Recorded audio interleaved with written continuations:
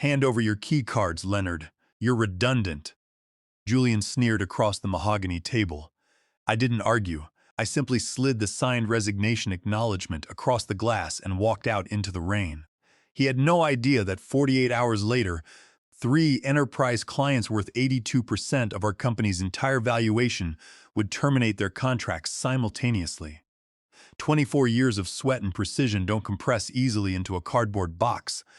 But on that rainy Thursday afternoon, I managed to pack 2 decades of my life in less than 6 minutes. I placed my brass desk clock, my Mont Blanc fountain pen, and my framed letter of commendation from the Chief Information Officer of Titan Global Financial into a single brown box. Through the floor-to-ceiling glass wall of the corner suite on the 42nd floor of the Nexus Tower, I watched 34-year-old Julian Vance swivel back and forth in the leather chair that had belonged to his father until 3 months ago.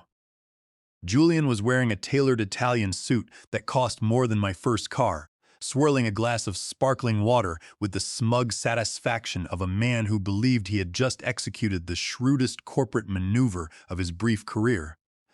To understand how a 52-year-old enterprise portfolio director ends up standing in a rain-drenched parking garage with his life in a cardboard box, you have to go back to the spring of 2002. Back then, Nexus Strategic Systems was not a $45 million enterprise software monolith occupying 3 floors of a downtown Chicago skyscraper. It was 4 folding tables, 2 server racks humming loudly in a converted warehouse, and 3 guys drinking lukewarm instant coffee at midnight. George Vance, Julian's father, was 53 at the time. He was a brilliant strategist but a terrible salesman.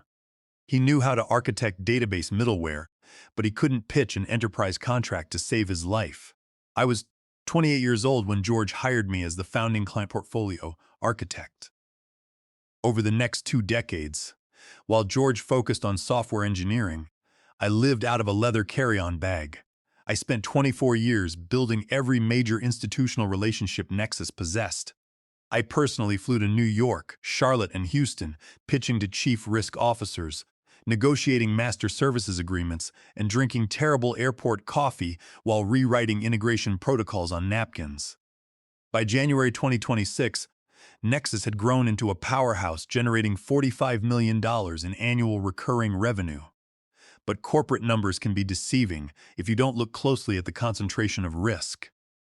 Out of our 52 active accounts, $36.9 million, exactly 82% of our total revenue, came from just 3 enterprise accounts: Titan Global Financial, Apex Health Network, and Vanguard Energy. And every single executive at those 3 conglomerates knew only one name when they called Nexus: Leonard Miller. For 12 years, I managed those 3 accounts with surgical discipline. When Titan Global experienced a critical database synchronization failure during peak trading hours in 2018, I didn't send a junior support ticket. I boarded a charter flight at 2 in the morning, sat in their Manhattan data center alongside their chief technology officer, and fixed the code myself.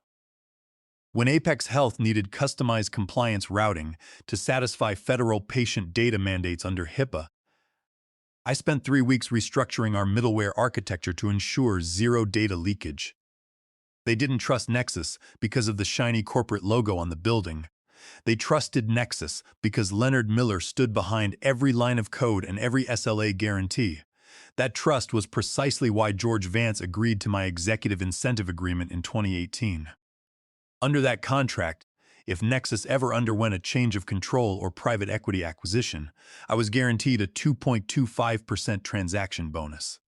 In late 2025, Crestview Capital, a premier private equity firm out of Boston, initiated formal acquisition talks to buy Nexus Strategic Systems for $180 million, a valuation representing a 4 times revenue multiple on our $45 million ARR.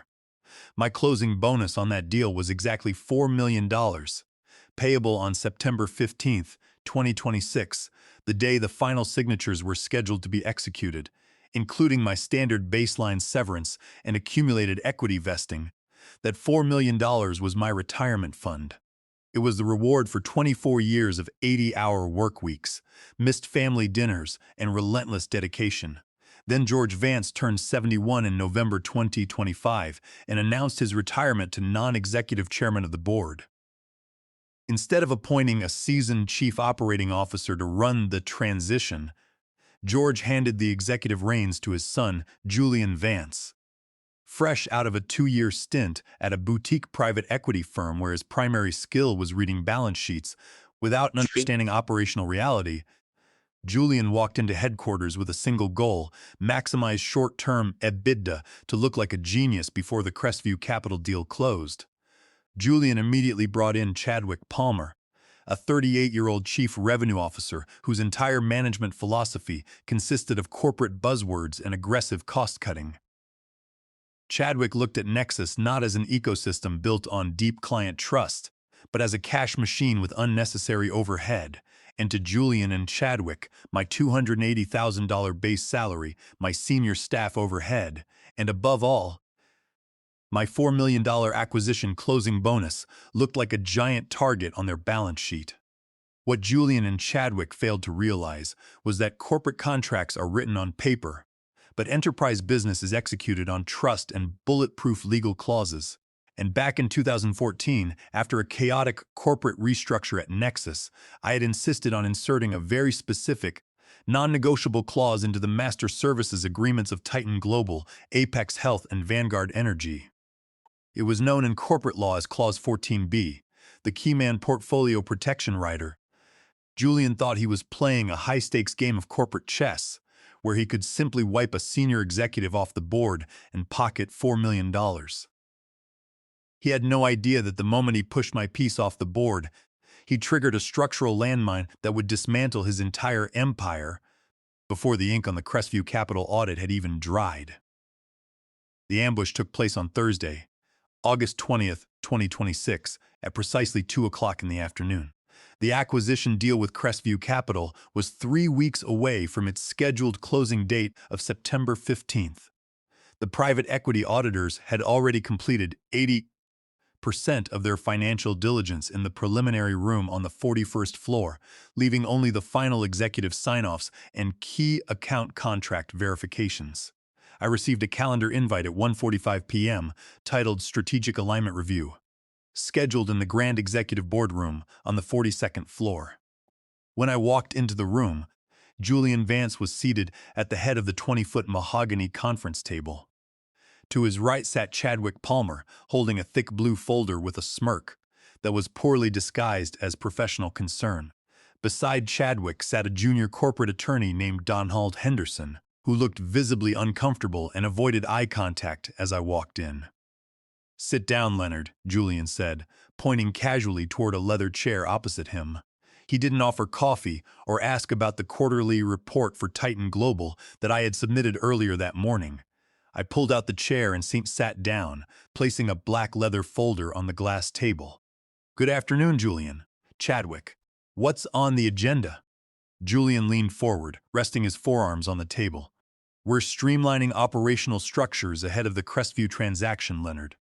Over the past 6 weeks, Chadwick and his revenue team have conducted a comprehensive audit of our client management expenditure. The findings are frankly concerning.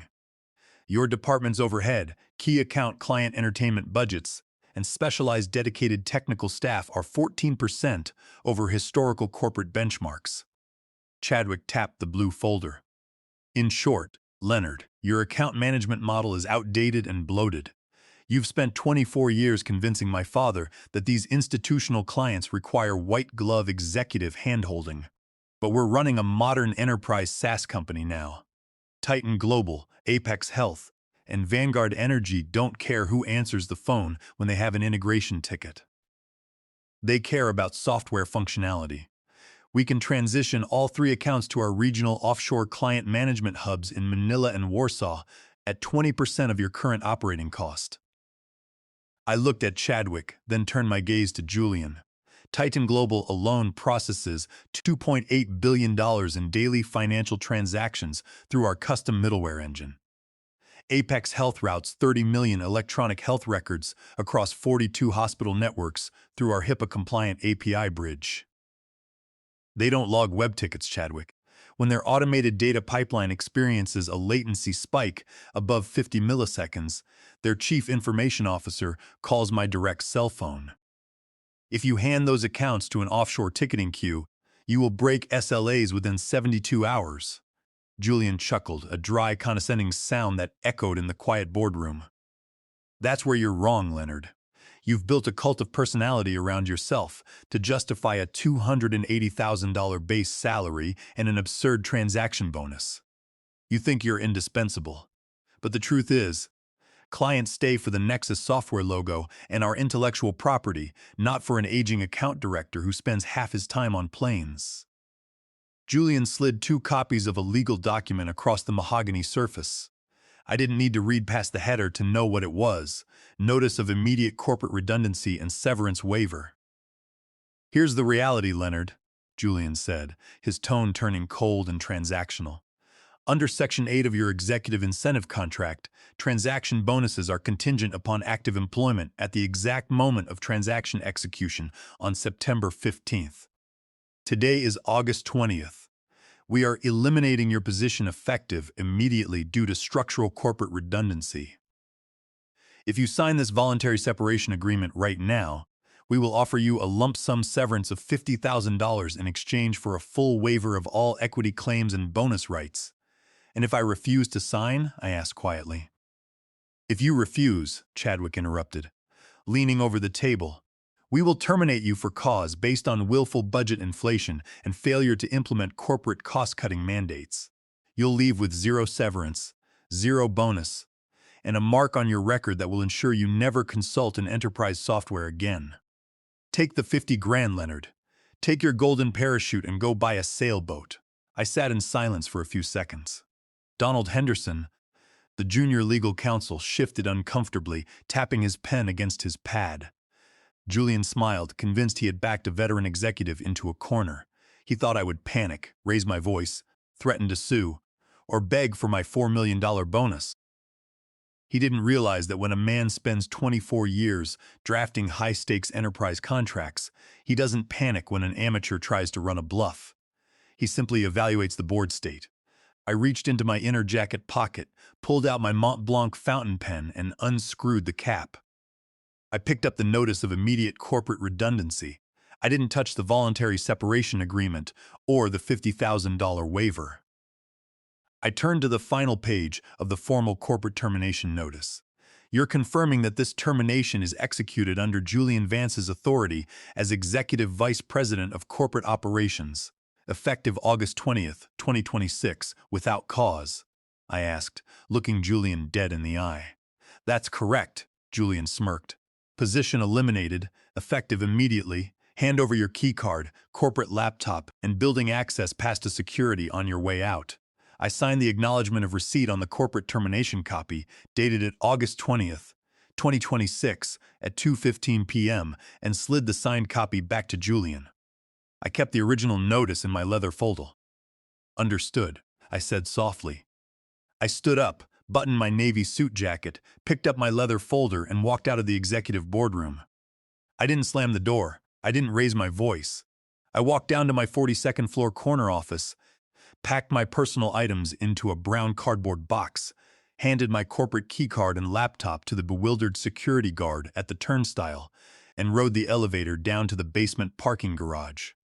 As I sat in my car, listening to the rain fall against the windshield, I pulled out my cell phone and dialed Nelson Ross, senior partner at Ross & Associates and my personal corporate attorney for 15 years. Nelson, I said calmly, Julian Vance just executed a formal redundancy termination against me to avoid paying my $4 million buyout bonus. Nelson paused on the line. Did you sign a waiver? No, I replied. I signed the receipt of the immediate termination notice, effective 2:15 p.m. today. Nelson let out a long breath. Did Julian or Chadwick review the master services agreements for Titan Global, Apex Health, and Vanguard Energy before handing you that paper? Not a single line, I smiled softly into the receiver. They don't even know Clause 14b exists, or what happens to the core workflow licenses when my personal employment at Nexus terminates. Then God have mercy on their balance sheet, Nelson said, because by Monday morning, Crestview Capital is going to receive a very interesting legal disclosure. On Thursday evening, while Julian Vance and Chadwick Palmer were likely celebrating their perceived victory with expensive single malt scotch at an executive lounge downtown, I sat in my quiet home office in Evanston, Illinois, sipping black coffee.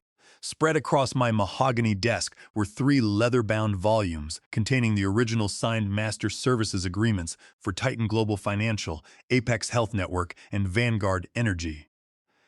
To understand the magnitude of the avalanche Julian had just triggered, one must look at the precise legal architecture of Clause 14b, drafted 12 years earlier in 2014.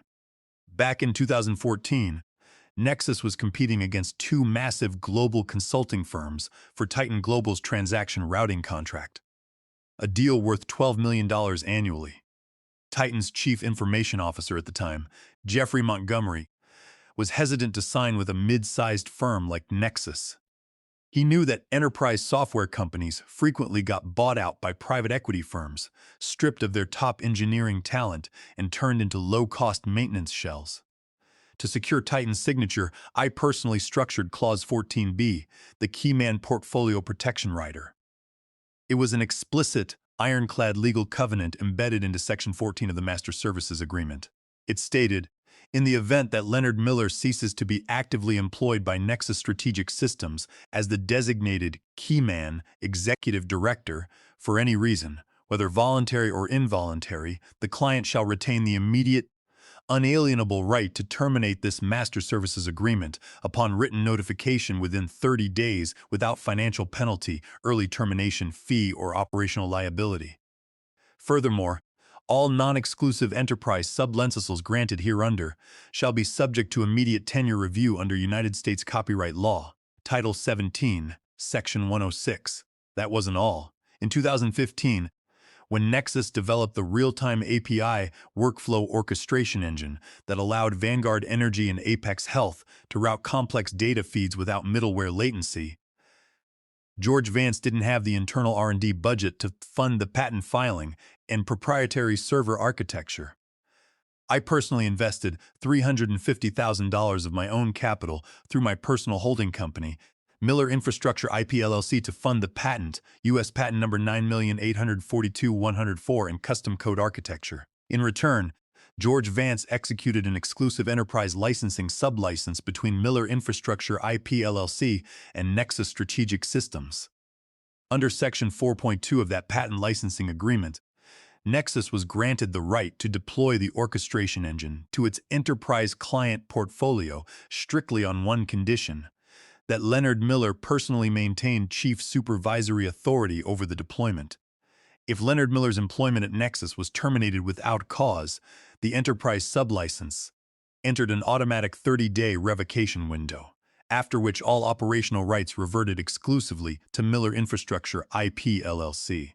Julian and Chadwick were so blinded by their eager drive to strip $4 million from my buyout bonus that they had never bothered to open physical enterprise vault or read the master contracts. They had looked at digital summary spreadsheets in Salesforce, saw $45 million in recurring revenue, saw my salary and bonus line item, and assumed they could simply delete the line item to increase net margin. On Friday morning, August 21, 2026, at 8 o'clock sharp, I opened my laptop and sent 3 personalized secure emails. The first was to Jeffrey Montgomery, now the Senior Managing Director of Global Operations at Titan Global Financial. The second was to Dr. Evelyn Reed, Chief Technology Officer at Apex Health Network. The third was to Carl Stanford, Executive Vice President of Enterprise Technology at Vanguard Energy. Attached to each email was a certified copy of the Notice of Immediate Corporate Redundancy signed by Julian Vance the previous afternoon, along with a copy of Clause 14b. My message to all 3 executives was brief, professional, and precise. Dear Jeffrey, Evelyn, and Carl, please be advised that effective August 20th, 2026, my executive employment at Nexus Strategic Systems was terminated by Executive Vice President Julian Vance under a corporate redundancy mandate. Pursuant to Clause 14b of our Master Services Agreement and Section 4.2 of the Enterprise IP Licensing Agreement, I am formally providing notice of Keyman separation. As of this moment, your institution holds the immediate contractual right to invoke penalty-free contract revocation. It has been an honor managing your account over the past 2 decades. Within 11 minutes, my personal phone rang. It was Jeffrey Montgomery. Leonard, what in God's name is happening over there? Jeffrey's voice was sharp with disbelief. Julian Vance sent our executive team an email 2 hours ago claiming you retired voluntarily and that our account is being transferred to a third-party managed service center in Warsaw. I didn't retire, Jeffrey, I answered calmly. Julian terminated my position without cause to eliminate my outbound bonus before the Crestview acquisition closes on September 15th. Jeffrey let out an angry laugh. Is he insane? Titan Global routes $2.8 billion a day through your custom middleware engine. We signed with Nexus because of Clause 14B and your personal oversight.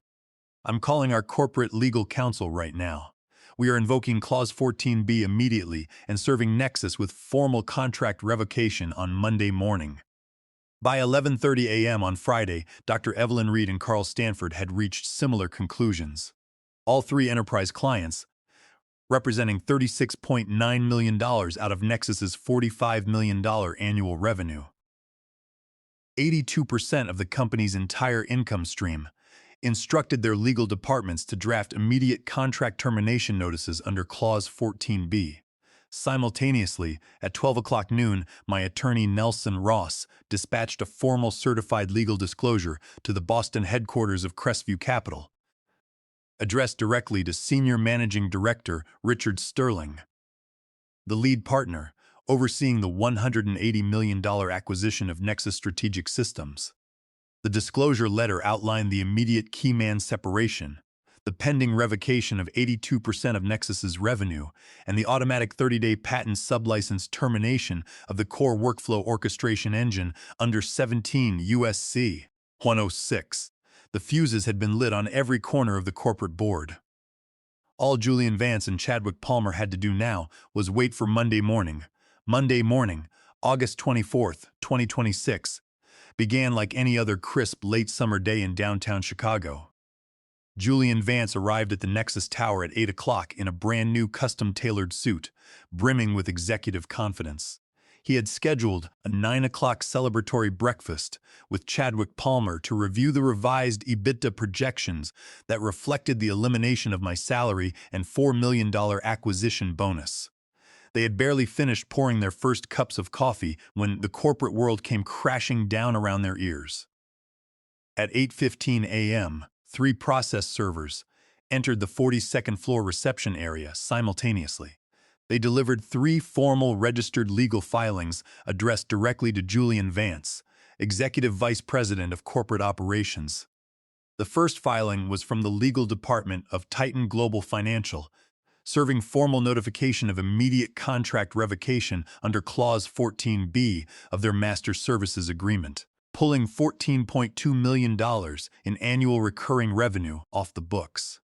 The second filing was from Apex Health Network, terminating their $12.5 million annual SLA contract.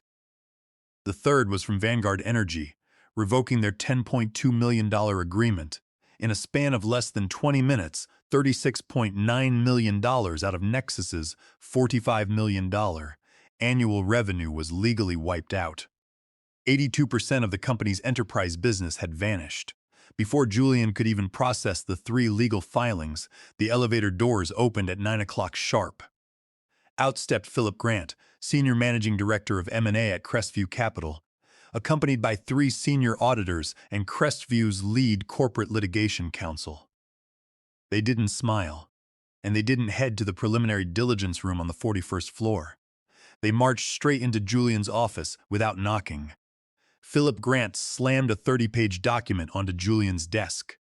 It was the legal disclosure notice dispatched by my attorney Nelson Ross on Friday afternoon, accompanied by certified copies of U.S. Patent number 9,842,104 and the Enterprise IP Licensing Sublicense between Miller Infrastructure IP LLC and Nexus Strategic Systems. "What is the meaning of this, Julian?" Philip Grant demanded, his voice dangerously low. Julian stared at the documents, his face turning pale. "Philip, I don't know what you're talking about. This is just a disgruntled former employee trying to create leverage. Shut up, Julian. Philip cut him off with ice in his voice.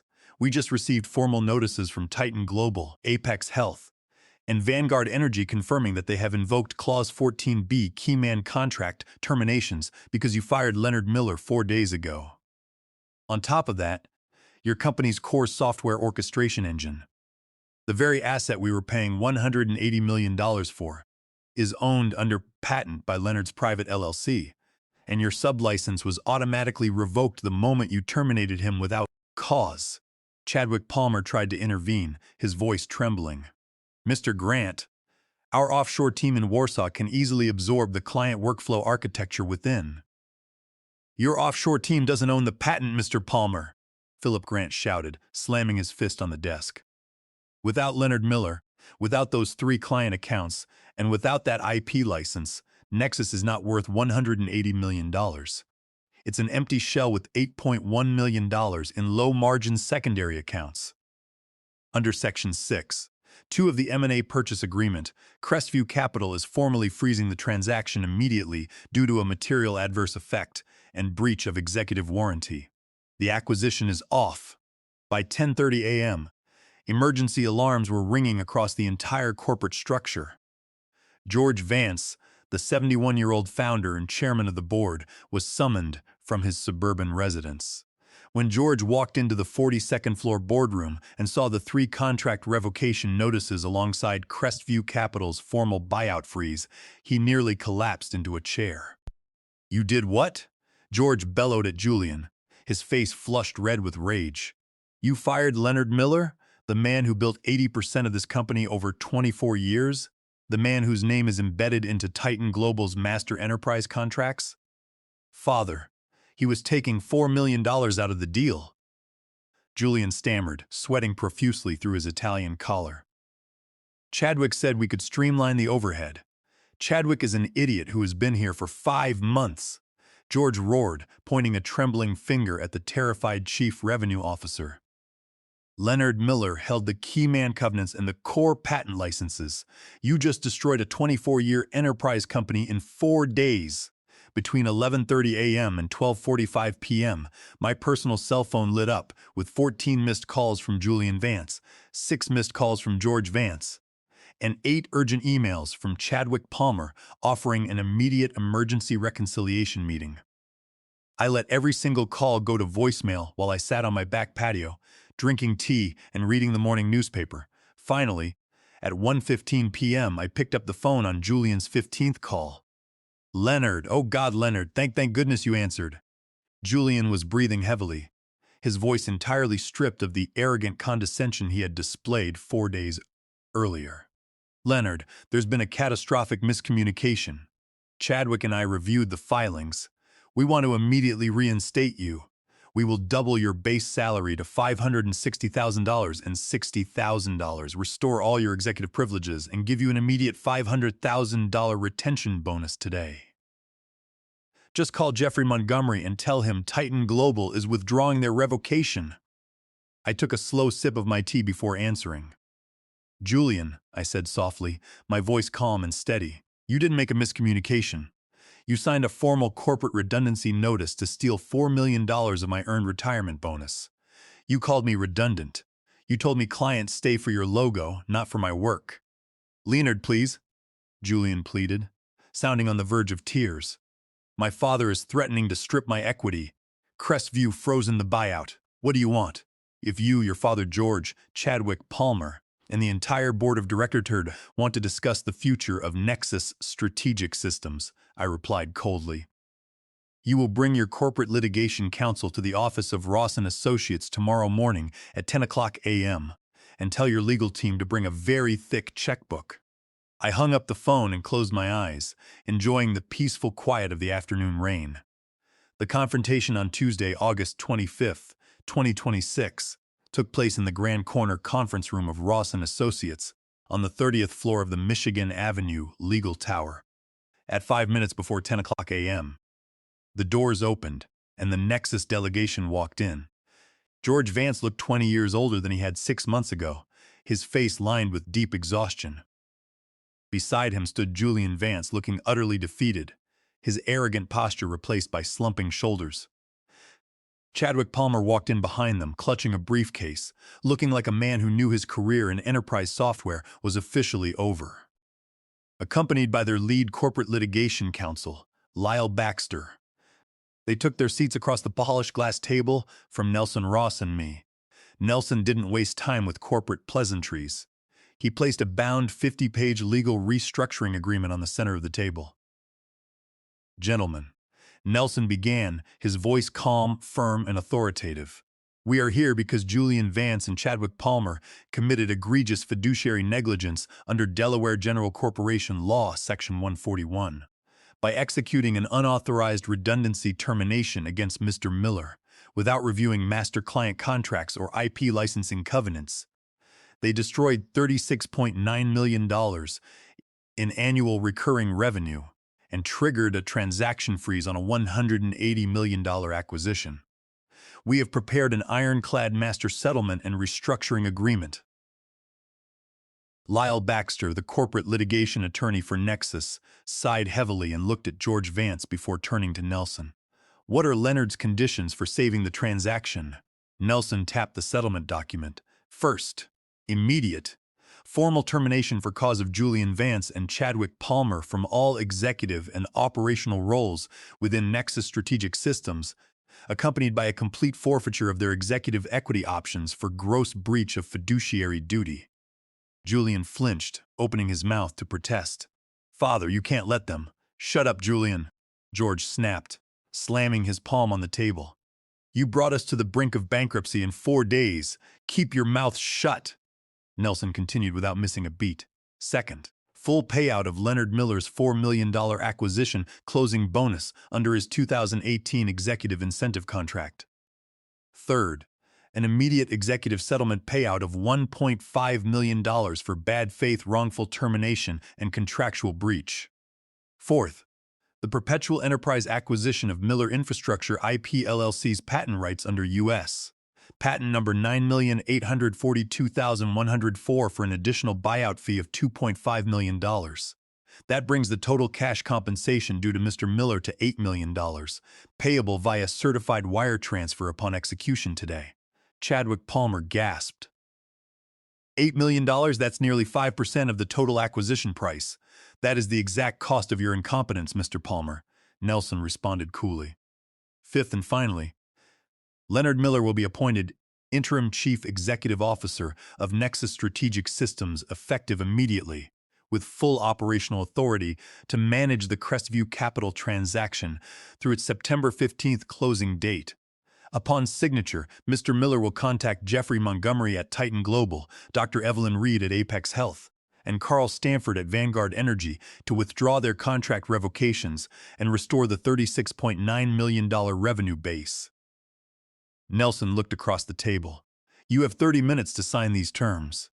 If you decline, Mr. Miller will walk out of this room. Titan Global and Apex Health will execute full contract revocations on Monday, and Crestview Capital will liquidate Nexus for scrap." Silence hung heavy over the conference room. George Vance looked at his son Julian, whose eyes were fixed on the floor in total disgrace. Then George looked across the table at me, the man who had stood by his side for 24 years, building the foundation of his company line by line, contract by contract. George pulled out his pen with a trembling hand. "Leonard, I am deeply sorry for what my son attempted to do. You built this company. You earned every penny of this settlement." George signed all 4 copies of the master settlement and restructuring agreement, affixing the official seal of Nexus Strategic Systems. He then signed the immediate executive termination orders for Julian Vance and Chadwick Palmer, stripping them of their titles, their offices, and their equity options on the spot. By 2 o'clock that afternoon, $8 million was securely wired into my holding company's master account at J.P. Morgan Chase. At 3 o'clock p.m., I sat in the executive suite of Nexus Strategic Systems as interim chief executive officer. I placed a conference call to Jeffrey Montgomery, Dr. Evelyn Reed, and Carl Stanford. Upon confirming that I had taken full control of the firm and that Julian and Chadwick had been permanently removed, all 3 clients formally withdrew their contract. revocation notices under Clause 14B, and reinstated their master enterprise agreements.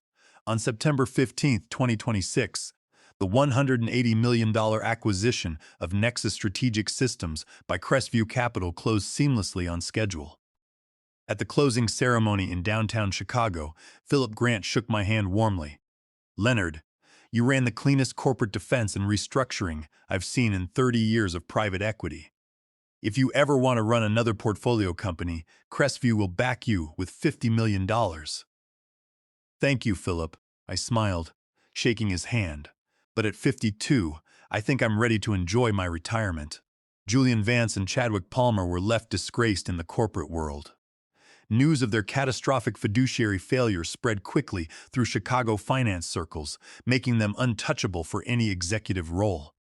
Julian was hit with a personal shareholder lawsuit by minor equity holders for gross negligence, spending the next 3 years paying legal fees out of his personal savings. As for me, I officially retired from enterprise software executions on September 16, 2026. I established Miller Strategic IP Advisory, a boutique consulting firm, where I spend 20 hours a week teaching young founders how to protect their core assets, structure bulletproof keyman clauses, and navigate corporate boardrooms. Standing on the balcony of my home, overlooking Lake Michigan, listening to the gentle crash of the morning waves, I often think back to that rain-drenched afternoon when Julian thought he could dismiss 24 years of hard work with a piece of paper. In business, arrogance may get you the corner office, but integrity, preparation, and knowing your legal rights will always own the building.